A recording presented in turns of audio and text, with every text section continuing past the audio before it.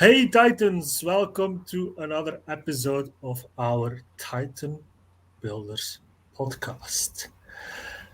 And as a business builder today, we have as our guest Harris Eddie Hill. And as a business builder today, we have as our guest Harris Eddie Hill. I'm hearing myself, so that's not. As a business builder today, we have as our guest Harris Eddie Hill. Okay, sorry about that.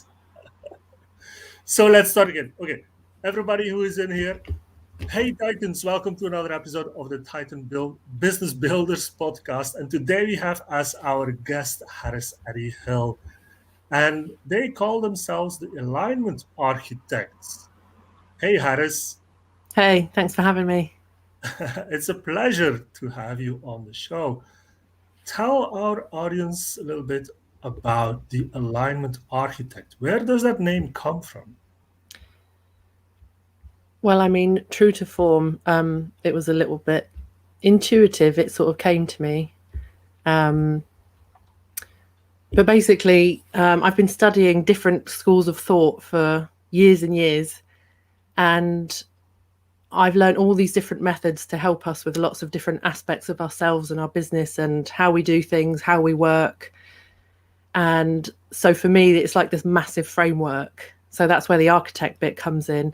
And then alignment is kind of the more intuitive side. So alignment is all about what makes sense to us as individuals and what works for us individually. Because as I've said before, when we've had conversations and other trainings that we've done, a method could be really, really good, but you might not actually enjoy it, or it might not work for you just because on an intuitive level, it's just not right. So somebody could come along and say, oh, I could run these ads, or you could market in this specific way, or you could even do a job, like maybe you've got a profession that you're very good at, but actually if it's not, you can be good at something, but it's not aligned. And therefore you either won't be very happy, or it's just not going to bring in the same amount of kind of abundant success and real deep fulfillment that something that is aligned would do. Yeah, absolutely. And especially in these days where there's so much noise out there that basically you could get tens and thousands of offers if you wanted to about all kind of things to help build your business, but not everything is indeed, like you said, aligned to what you should be doing. You are a serial entrepreneur, Harris. Yeah. You've been in business for I don't know how long. But take us 9 years. how many? 9. 9 years. So take us back to the beginning of your journey, of your entrepreneurial journey. Like, how did you get into that? What happened that made you decide to become an entrepreneur? Yeah, so it was really a bolt out of the blue. You know, when I was younger, I was very sort of anxious and a bit depressed as well. And I it was enough just to survive. I was also living with untreated trauma, so the thought of ever having my own business just seemed like a lot of effort and energy, and like an idea that I never would have entertained usually. But when it happened when I was 24, I was working at an engineering company where they hadn't treated me very well. It hadn't gone very well. And then I think I don't know about what it's like in Belgium, Stefan, but here it's illegal to ask somebody to hand in their notice, but they asked me to hand in my notice. And I think it was just so toxic that I just went along with it.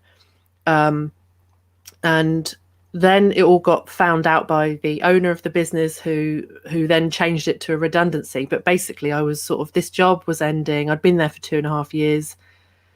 And, I'm not a morning person. So having to get into the office for 8:30 in the morning is like horrendous to me. So just the whole thing, it was very toxic. It wasn't working for me. But, like most people, I had to make a living.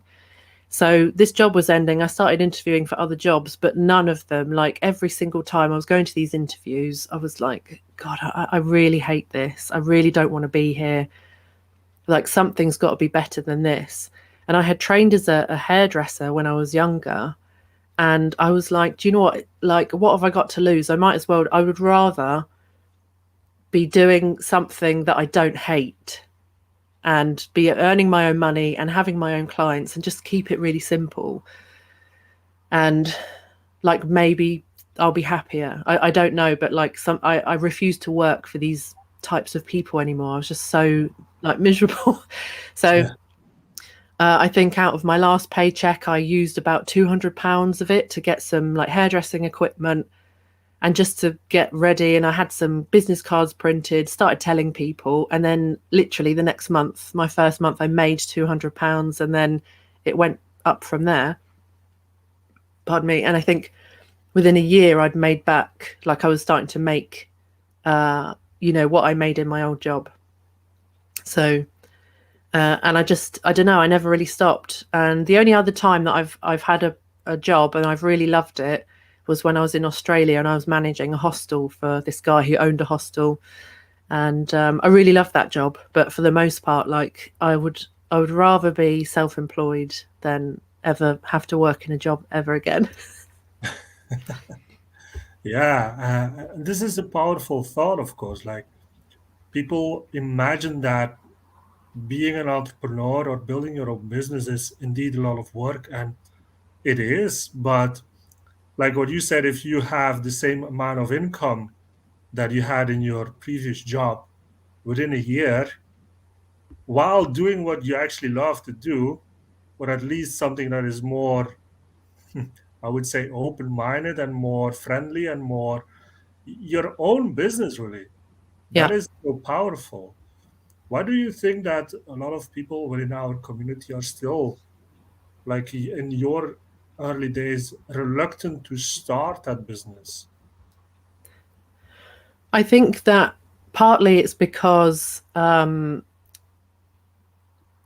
school and generally in society, I think, I mean, this is maybe a bit of a deep answer, but I think since things like the Industrial Revolution, it's become more common to have to be employed than to be self-employed. Mm. And so we've just really got used to it. And also like it's just not talked about so much. I think there was a little club at my school, when I was a kid, which was all about entrepreneurship, but it didn't, like I don't think that most of us ever imagined that we would be in that position. So people didn't really pay attention to it, and it wasn't as talked about.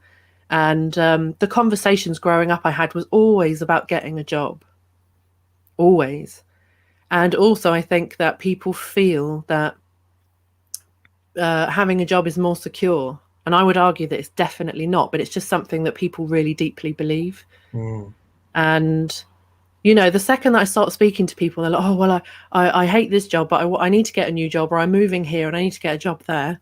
And I'm like, but you could even do something as simple as go and start being a VA. If you're quite good on the computer and, you can put things together and you can design some simple, infographics and stuff like that. Like you can go and be a VA and earn a minimum of like £25 or €25 an hour Mhm. if you want to go and do something like that. And you only need a few clients. Like it's not like people like, yes, having a business is not easy. Like you're not clocking in and clocking out like you do at a job. But the return on investment is so much higher. And once I start speaking to people and saying like, the amount of money that you will probably, depending on your job like type, but the amount of money that a company is making on your time is a fraction of what they actually pay you. So wouldn't you rather have your own overheads that are still comparatively much smaller and just work for yourself? And I haven't used an alarm to get up in the morning for years. It's just not my thing. Like it's a bad way for me to start my day. So I wake up naturally. I work with people in the afternoons and the evenings, and I'm in control of how much I'm charging and how much I'm taking home. Like it's not for everybody, and I would never encourage people to just throw caution to the wind and everybody be self-employed, because I don't think it works that way. But I definitely think there are a lot of people out there who like are destined really to have a business and they'll be really happy, but they just don't know yet. Yeah, 100%, 100%. I think it's really also about the beliefs, indeed, the comfort that a lot of people are in. And especially in these days, of course, with the pandemic happening, even more people will be scared to take the risk to start an own business. But in many ways, and you will agree with this, finding something that you really love to do and being able to do that for the rest of your life is so much more fulfilling than just staying in your comfort zone and at the end of your life regretting that you never taking the leap to even think to start a business, right? Yeah. And I think in many ways in Europe it's even worse than in other countries if we compare it, and it's due to our good, comfortable system, I would say as well. But yeah, I wouldn't want to have the regret, honestly. If there's something like they did studies about this, people that are in almost in their deathbed, and what do they say? They regret that they haven't really lived their life like they wanted to. Mm. So it's always something on my mind. But on the other hand, the other day I met somebody which was a nurse, and I tried to explain what I did, right? Being an entrepreneur and being online and such. And she said, like, "Oh, I would never be able to do that. I need to know exactly what to do step by step by step. Somebody needs to tell me that." And this is what you're telling me as well. Like, it's not for everybody, right? You need to have a specific mindset to be an entrepreneur. How would that look like? What kind of mindset do you think, as a minimum, somebody would need in order to make it successful? I think that you need to have a good blend of having a talent for something, and it doesn't have to be anything exciting. And then also just being able to be realistic, like having a really basic grasp of maths. Like this is how much I have to pay my bills. This is my like minimum that I need to earn a month. And then just being able to be good at something and being able to convey that, and it'll be something that people want. And I think, I know that for me, I was a very irritating employee because people would constantly come up against problems, and I would say, "Oh, we could do something like this," or I would have like a very big picture, kind of like sense of everything. And even when I was training to be a hairdresser, I used to annoy my boss a lot because I had all these ideas for like collaborations and different events and things that we could do and other companies we could team up with. And, they didn't like it. And, and equally, like I've also got friends who are very good, like small picture, like they're incredible with details. I'm rubbish with details. I've got good friends whose kids' names I forget, because I'm not a details person, but I know a lot of people are very good at details, so they'll be very good at sort of understanding, like noticing data, or they often make very good VAs because they're thinking about all the different details, and they'll sort of especially if they're helping you in your business, they'll be able to draw out the right details that they need to help you make something successful. So I just think if there's something, like my mum, she used to be, when she was younger, a proofreader for a local newspaper, and she's very good at that, and she's taught me that as well. And over the many years, I've also helped people with their editing and things like that. And so I think we all have things that we're good at, that we do things like that, no matter if we're paid to do it or not. It's things that we can't help ourselves. And I think that's where you can start. Like, I didn't ever think to myself, I'm going to become a hairdresser.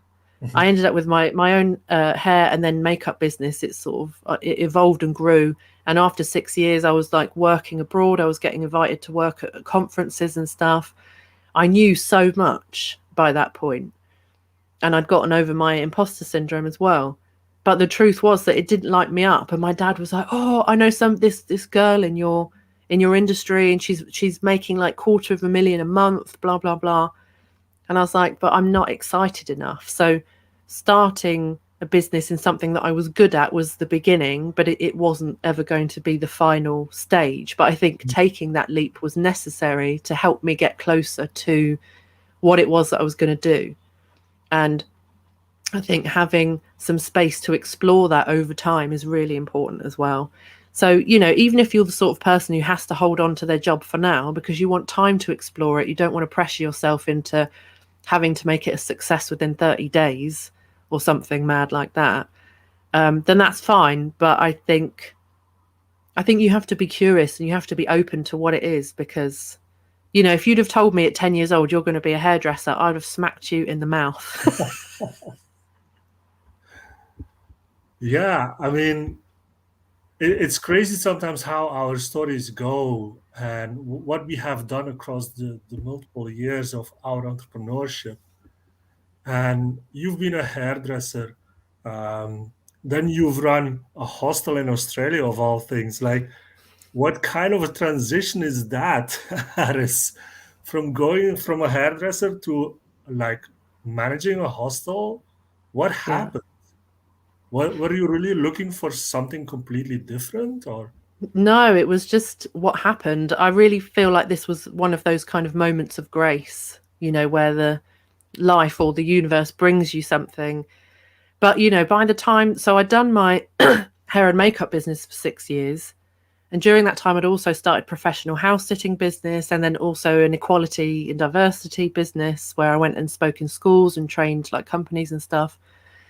And then 2018, I had another non-binary partner, and we were they had invited me to go and live with them abroad in Switzerland, where their new job was. And things all fell apart at the last moment. I had like closed. I was in the process of closing all my businesses, leaving the house that I was renting with a friend. You know, we'd handed our notice in, like selling my car. And I was like, well, like, I'm prepared to leave, but obviously I'm not going to Switzerland anymore. So a friend of my sister's was like, oh, just come to Australia. So I was like, okay. You know, I just felt like I needed to leave. Like the next part of life was waiting for me, and it wasn't going to be in the UK. And I just had to like move and just see what happened. So it was actually really anxiety inducing, really scary. I think the first 3 months that I was there, I woke up like bolt upright every morning, like so anxious. I had no idea what I was doing there. I really felt intuitively led to go. And, you know, my sister had traveled when she was younger. She's a little bit younger than me. And everyone was like, oh, when are you going to go and travel? And I was like, I couldn't think of anything worse. So the fact that life had brought me to going traveling was a bit of a shock. And then once I'd been there for, I was about 2 months, I ended up in this hostel. I was staying with this friend in on her farm in the middle of nowhere. And hi, Catherine, thanks for that. And, you know, I'd got chucked out of the farm. She was like, oh, you know, you need to go and get a life. And I was like, yeah, I do. So she chucked me out. I went back to Perth. I ended up at this hostel that I ended up managing. But I didn't know that. I was terrified. I was really terrified of this hostel. Like, I'm such an introvert as well. So I was scared. Like, I'd heard all these horror stories about hostels, how, you know, you could never sleep and it's just complete carnage, and like people are wild and like on drugs and stealing your stuff. So it wasn't like that at all. And I fell in love with it, I think within 3 days. You know, I had no money and I was screwed, but I was so happy and I didn't know why. So I think being in the hostel, I made a nuisance of myself enough that I became assistant manager and then eventually the manager. I was managing a team of 11 people. I was managing, you know, I was doing the weekly banking, setting up schedules, sorting out disputes. You know, I even set up a new revenue stream for the owner. I sorted out an Airbnb for him. I did loads of stuff. And I think it's just because it was business. And I just realized I was not only good at managing business, but managing a group of people who still message me now. They're like, oh, you're the best boss that I ever had. So I just think it was part of my business development, and I had no idea that's what I was going to do. But I really feel like it was like a divine destined thing. I wouldn't have chosen it. if you'd have told me I'd end up doing that, I would have been like so scared, but it organically happened and it was amazing. I mean, Harris, if you would tell this story to 10 people, 9 people would say, I do not believe this. I mean, also the fact that you're an introvert. So, are you telling me that introverts can build a proper business, a successful business? Absolutely. I mean, I would even say that we may even have an advantage because, when you're an introvert, obviously to run a business, you need people. You need people to buy from you and you need people to sell to. So I think as an introvert, like you don't have the same amount of energy. You don't, an extrovert gets loads of energy from interacting with people. That's why they're an extrovert. But for an introvert, it's kind of like, well, I've only got this much energy for a day. So I have to use it wisely. And also, I think, the people that I'm speaking to, you're not doing it for the sake of it. Like you're doing it either to help somebody, to build like business relationships and stuff. So I'm not saying extroverts don't do those things, but I think when you're an introvert, you maybe possibly think about those things a little bit more and you're a little bit more intentional about those efforts, possibly. I think you're spot on. I'm an introvert myself, and I think we are much better in creating those deeper relationships with people. And maybe at the start, it will always feel much more work and energy draining to get through to people. But once we have those relationships, they become so powerful that those people become your raging fans, like you had as well with the hostel and people that were beneath you. Like you were leading that team, you created that kind of relationship where they said that you were the best boss of the world. So I mean, that's just to prove that introverts can definitely build something what you have done, right? Now, Definitely. Harris, tell us then about what happened next, because you had to come back to the UK. Was it pandemic? Was it something else? What No, happened? so because of my age, I wasn't old enough to get my second working holiday visa in Australia. Very difficult to get over there or stay there for any length of time unless it's just a holiday. So my time just came to an end. I was really sad, but it was time. And the time at the hostel had been amazing, but I began to get a bit tired from the whole thing. I think partly because living like in where you work is very intense, and Mm, also because the owner, as lovely as he was not a businessman, so trying to get him to see things from mm, a business perspective was very difficult. So that came to an end. I'd had a boyfriend. He's the first boyfriend I'd had in 8 years. The rest of the time I'm pansexual, so the rest of the time I've been dating other non-binary people and women during that 8 years. And this was like the best relationship I'd had so far. It was all great. And we'd planned to travel Indonesia together. oh, wow. So I popped back home to the UK for a few weeks because my sister had my niece, and she's Okay. 2 now. And then I came back out to Indonesia, met up with the boyfriend, and within a week, he was like, I can't do this. So I was like, okay. So we separated, and suddenly I was in this coastal town in Bali, which was beautiful, but I was completely like, oh my God, I don't know what I'm doing. And I basically ended up having a breakdown, which I tried to fix myself, but eventually my parents were like, just come home. Like, we'll help you. We'll help you. Just come home.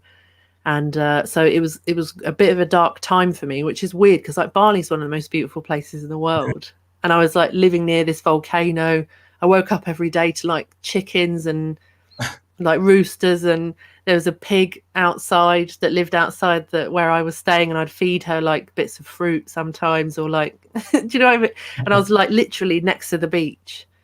So it was amazing, but I was like really struggling mentally. So I came home and I was like, this surely this is not part of the plan. I was so shocked. And it took me a few months. I was like, I'm just going to have a break from everything. I'd been running like a page all about gender identity on Facebook at that point for like nearly 6 years. And And I kept that going the whole time that I was in Australia, whilst I was traveling and everything. And I just stopped everything. I was like, I don't know if this is for me. You know, I don't know if I'm meant to be an entrepreneur. I really went through, like, I questioned everything. And I actually went back to work for the same engineering company that I'd Really? worked for before I went self-employed. And I was like, I don't know why I'm here. But the job came up. I needed money. So I was like, all right, I'm going to do it. And that in itself was like really interesting, because I was like, I don't understand the spiritual reason of why I'm here. And it turned out that I was there to end it on my terms this time and to really heal from it. So I did that. I quit like at the beginning of this year, 2021. And it was amazing. It was so healing. I never thought that I would like quit a job and it be like so significant, but I was so proud of myself for how I handled it, because their culture hasn't changed very much. Yeah, it was only this year that I really started to understand that this new chapter of my life is going to be all about business. So again, it was another shock. So like, I don't know, it's funny because by the time I say this all out loud, and obviously Stefan, you and I haven't known each other for like that long, so to say it all like this now seems a bit mad. I don't really think about it like that though. But I mean, for anybody who is listening or viewing this right now live, I think your story, you have had so much experience over these last couple of years. Put it all together, and you have something to say, Harris. So I definitely would encourage you that this is the right kind of path for you. Finding your alignment, right? Finding alignment for others is huge for a lot of Definitely. people. And like what we said before, if you can inspire other people to start something for their own that aligns to them, that is by itself super powerful. And I think within our community, and this is also a reason why I love doing these kind of talks and talking about it. Within our community, I do feel that there's still a lot of reluctance to start their own business. Not so much about the work that is involved, but also because people still struggle maybe with their identity, you know? And that by itself is already a huge undertaking, let alone starting a new business. So by hearing stories like yours, um, I think that is very inspiring for a lot of people. So yeah, the more that people hear you talk, I think the better it is. Thank you. That's really Yeah, nice for you to say. yeah, absolutely. So I'm glad that you are a speaker on our conference for sure. I'm glad that you also are within our meetups. But tell me more about the fact about our community. How do you feel it impacts a business in your idea? I think firstly that I don't believe that there's any aspect of us that is intended to be something to be kind of conquered or like gotten over. I think that any part of us is like a really important part, and actually that's where a lot of magic lies. So, you know, Stefan, you and I in meetings have talked to people who sort of like they're very professional and very skilled, but they don't like really kind of really express who they are and like what their values are and everything like that. And that's the bit that they're missing. And it's really a strong belief, and I've seen it over and over again, that actually what your profession is, or whatever it is that you're doing as part of your job or part of your, you know, sort of serving other people, is kind of irrelevant. Actually, the magic is in working with you specifically. So kind of playing parts of yourself down, or being like, oh, you know, I need to be professional, like it's all bollocks basically. Yeah. You know, so I feel like our Also, in the LGBTQ plus community, we have a very long history of innovation and entrepreneurship. I think I think it's the guy who wrote the foreword for the book that Yeah, we published this year. this one. Thank you. Great book. Yeah, there's still some paper copies left if you want them, by the way. Yeah. There, and I ship internationally, Wait, although I screw saw the Brexit. site. Wait. You can go to amixharrishill.com to buy this book again. This one right here. Really good one. Harris is in here as well, of course. So perfect. Go on. Thank you. But yeah, I think Joe Di Pasquale, who wrote the foreword of the book, he runs entrepreneurship and some very analytical type things in the US. I don't know loads about him. I've only met him by email. But one of the statistics that he quotes is that per capita, so like relevant to how, like proportionally, our community creates more businesses than any other group. Wow. So, entrepreneurship and starting businesses and being innovative is part of our community, and it's part of our history, and it's part of how we operate. So I don't think that it's any great surprise that there are so many people in our community who are entrepreneurial. We've also, like, for a lot of us, depending on where we live, like, this is obviously to varying degrees, we've had to be creative about how we've created our own communities and how we've expressed ourselves and things like that. And I whilst I don't, I would prefer that we lived in a world that was completely open and none of that was, we weren't fighting against any kind of mainstream ideology or culture. But as things stand, that is the case. And I think that it makes us really, really valuable in the way that we think and the way that we serve other people, however we do that. And, I even think about all the assistants and sort of apprenticeships that I've run through my business over the years. I've always taken from our community, and they're just, like other people from our community are amazing to work with. And also I think, like, you don't have to explain the nuance of things so much. I think there's a sort of emotional intelligence that, obviously this is a generalization, but I think there's an emotional intelligence that comes along with these things that is inherent for so many more of us because we've had to learn the value of those things. That's powerful. Yeah.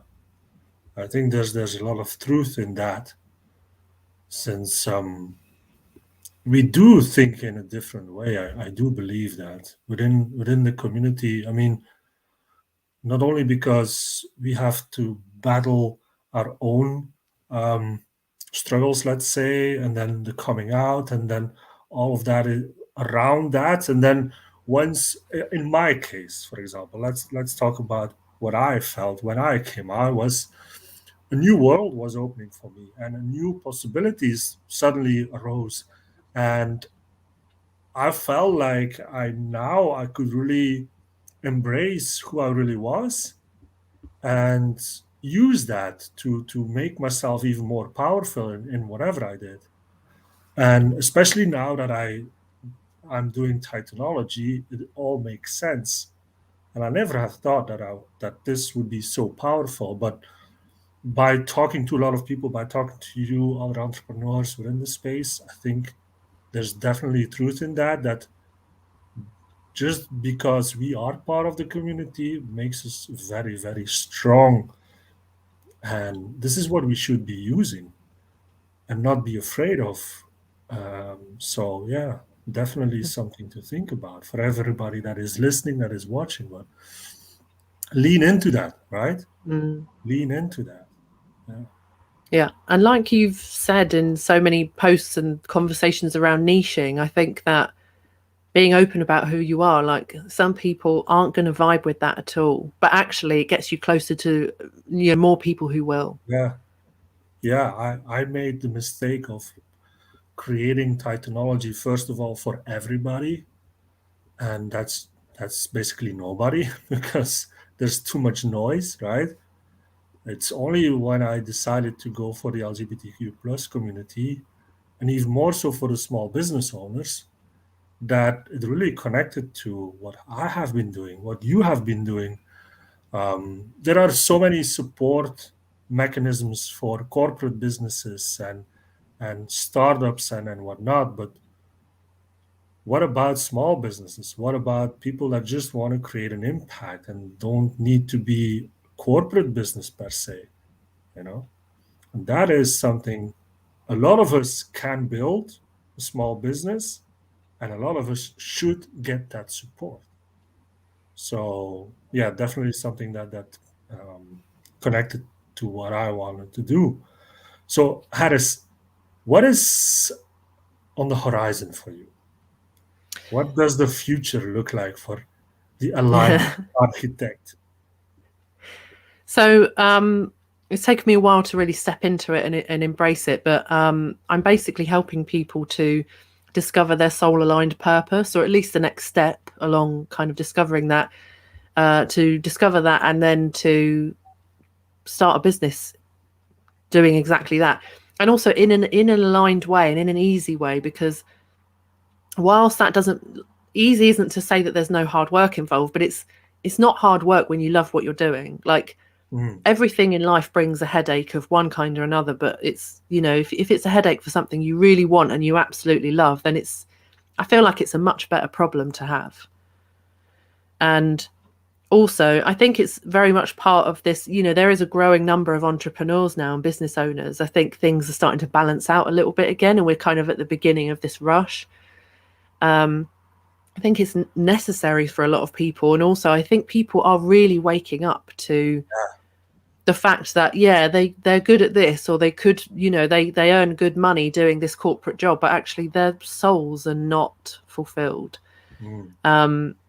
So yeah, I've been taking people through this this way of sort of discovering that purpose. It's really organic. It's a bit weird, but it really works. I don't know why it works, but I took a guy through it privately recently in one afternoon, and by the end of it, he was like, you know, he's in his 30s as well, and he's been working hard in all these corporate jobs for all these years, and he's like, this is the first time in my life I've known what I want to do. And that was in one afternoon. So I'm like, I don't know, it gets me really excited. And I had 2 coachees earlier this year, and both of them were not happy where they were. And I just saw it. I was instantly like, well, obviously they're going to start their own businesses, but neither of them knew that at the time, and I hadn't said it. So by the time they were messaging me going, oh my God, I've started this business, I've started doing this, I was like, oh, well, I knew that. I knew you would.